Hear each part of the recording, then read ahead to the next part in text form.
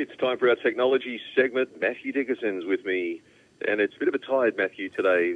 How you going, mate? Yeah, going very well, thanks, Chris. Always a bit tired, lots to do. Yeah, you've been busy working through the night. Now, it seems that we have forgotten to look where we are walking. What new feature from Android helps us while we walk down the street? It sounds a bit incredible, and I'm almost embarrassed to tell you about this one, Chris, but Android's got a new digital wellbeing service, which has been running for a little while now, but the latest feature that it's received is a heads-up feature. And this, get ready for it, Chris, this will prompt users to stop staring at their phones whilst walking. It's in beta version at the moment, so people out there already have this feature on there. But so if you're walking along while using the phone, you might receive a reminder to focus on what's around you. It might say things like, watch your step, stay alert, look up. I just find this incredible that we've got to have a phone remind us to look where we're walking. But when you do look around the streets and you see so many people with their heads down, you do see that maybe something like this is necessary. And it reminds me, it was about 12 or 13 years ago, Chris, I remember seeing Rick Mercer, a comedian, and he put out a little parody ad, went for about a minute, and it was about the BlackBerry helmet. And the idea was that BlackBerry was so popular at the time, people had their heads down, so he had this pretend device, which was a BlackBerry helmet. You put the helmet on, you could put your head down, keep looking at BlackBerry, and you could just run into pot plants or run into walls. It didn't matter because you had your BlackBerry helmet on. It was a very funny ad, but now I wonder what Rick Mercer would think that the fact that we now need a feature on our phones to tell us to look up where we're walking. Right, and Optus might have a solution for parents that are trying to get their kids off their phones. Yeah, it is a bit of a challenge sometimes for parents with their kids.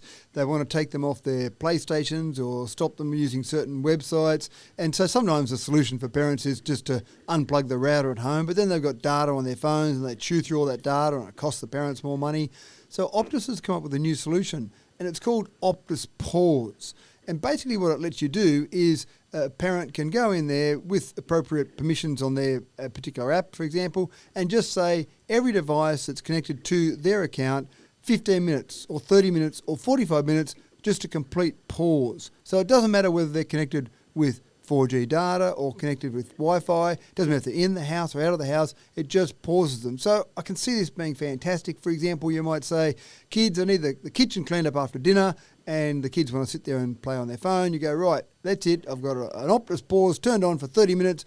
You've got nothing to do for 30 minutes, so you may as well clean up the kitchen.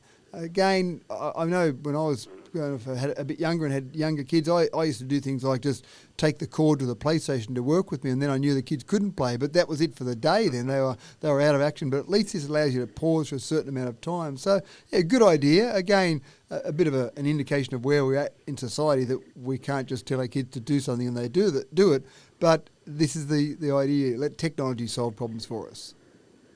And a new feature from Apple this time, Matthew, for people that can't remember where they put their keys, and I suffer from this one, I admit. Yeah, right. Look, the Find My program on your iPhone has been used a lot by people. It helps you locate your phone or an iPad, or even if you've got a Mac laptop, then it lets you locate that. But that's been limited to those things for ever since it was introduced.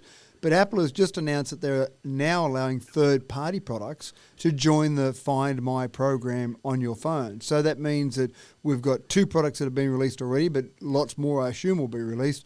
For example, at the moment, they've got a key tag, so you can put that on your key ring, and they've got a set of headphones that you can actually find with the Find My process. One of the great things about this is that it does use the iPhone eco-structure or ecosystem. So essentially, if you lose your keys and it's in the house somewhere, you're nearby, you'll be able to pick it up with your phone because it uses Bluetooth. So it needs to be somewhere nearby. But if you left something down the street and you came back home and you went, oh no, I've lost my whatever it might be, then you can go into Find My and say that it's lost. What it then does is uses all the other iPhones around the area to try and find it. Now, it doesn't mean that someone else can see where your particular keys are, but it means that other people are helping you find it. And this is exactly the same concept. They've stolen the concept from Apple from companies like Tile. Tile is very popular. I've got Tile key rings on some of my keys, and my kids have got them in teddy bears and all sorts of things. The difference is that if you can't find your Tile, then you've got to have some reliance on other people using the same app, and obviously not anywhere near as many people use the Tile app as have an iPhone. So this is a huge advantage that iPhones and Apple have with their particular product. So keep an eye out for some of those products registered, licensed by Apple to work with their Find My program. We are talking technology with Matthew Dickerson, and I bet you can hardly wait for the new Cybertruck. What about adding a Cyberlander to the mix? Yeah. Now, the Cybertruck is keenly anticipated, there's no doubt about that, by people all around the world. But people are so keen on seeing it that companies have started making some other products, some other devices for it. So this American company has already come out, and you can actually order it right now with the Cyberlander concept. And what it is, it's a camper, a retractable camper that basically drops into the tray of the Cybertruck. But when you look at it, you think, well, there's nothing there. Then when you park somewhere, you go out camping somewhere, you pull into a caravan park overnight, then you basically hit a button and this whole device raises up out of the back of the ute. And it's got a sink, it's got a fridge, it's got an induction cooktop, wow. It's got bench space, it's got video conferencing built into it, it's got these big foam chairs, 32-inch smart TV. So it basically gives you this entire process where you can then live in the back of that, and then when you're ready to go the next morning, you jump out, hit the button, it collapses back down, and off you go again. It's got some solar panels built into the top to give you some power and to put a bit of power back into the batteries as well. The only scary thing about it is the cost. The cost at this stage they're quoting is $50,000 US, which is more than they're quoting in the US for the cost of the Cybertruck. So it will more than double the cost of the Cybertruck when it comes out. But I can see some people who are very keen campers going, well, forget about towing a caravan, towing something behind me. I'll just have it all built into the back of the Cybertruck. Great idea. It is a great idea. Now, Segway is famous for balancing on two wheels. Their next product may be a somewhat more traditional two-wheel transport device, Matthew.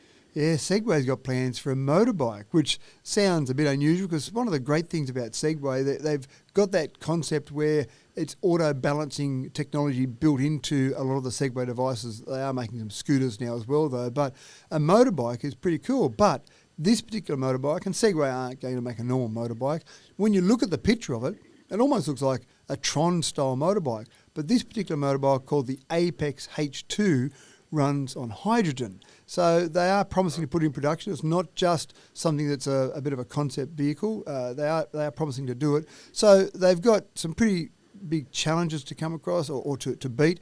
The fuel cell, the hydrogen fuel cell, is just one of those challenges that they've got to work on. But when you look at the pictures of there, it does look like a very futuristic looking motorbike. And so whether they can get all this together and make it work is debatable, but let's see how they go. They're talking about 80 horsepower out of this particular device, 90 mile an hour top speed, which obviously is a bit of a moot point because with speed limits don't go that far. A hidden steering system built into it. I think it sounds absolutely fantastic, but the best thing about this is the price. They're quoting $10,000 for this, which, you know, modern motorcycles are often people are spending $20,000, $30,000 on a modern motorcycle. So if they can swing this with a hydrogen power motorbike for $10,000, I can see it being an absolutely huge hit. Yeah. Now, we've seen an array of easy passwords used by people across the world to stop using passwords like 1, 2, 3, 4, 5, 6 and password as your password. People are turning to their pets. Well, people are turning to their pets, and that doesn't mean they're asking their pet for a password because they might get BARK as their password or MEOW as their password. But what they are doing, which is still a mistake in my opinion, is they're using their pets' names. A recent survey showed that 15% of the population used pets' names in their password. 14% used a family member's name. And the reason this is a problem is that people can work out a lot of information about you from social media. You put a picture on social media with your pet, here's my dog Rover, and then people say, gee, I wonder if Rover's a password they're using in some of their passwords. So instead of using a brute force attack, which takes a bit of time to try and crack a password, people are, or not people, some of these scammers are now using trial and error techniques for passwords. So they're using family members' names, they're using pets' names, they're using your date of birth, some of those common things that they know about you as part of that password, and that can make it pretty easy for them to get past it. it's amazing, Chris. We talk about often about the really easy password you mentioned at the beginning. 6% of people are still using the word password as their password, and 6% of people are still using 1, 2, 3, 4, 5, 6. So you've really got to think about it a little bit. There are some people out there who would love to take your money. They would love to get into your emails, into your social media, and take advantage of that. So just putting a little bit of thought into your password, I think, is important. And one of the bits of advice that I often give to people is make sure you use a different password on your email password as opposed to everything else. Because if people get into your passwords and they start to break down those passwords, if they get your email password, they can reset a lot of passwords by having an email sent to your email address. So making sure people can't get into your email is a really important one. So just keep that one separate. If you do nothing else, keep that one separate from all your other passwords. I think there are a few people running to their computer right now to change their password. I hope so, Chris. All right. Yeah, we'll leave it there.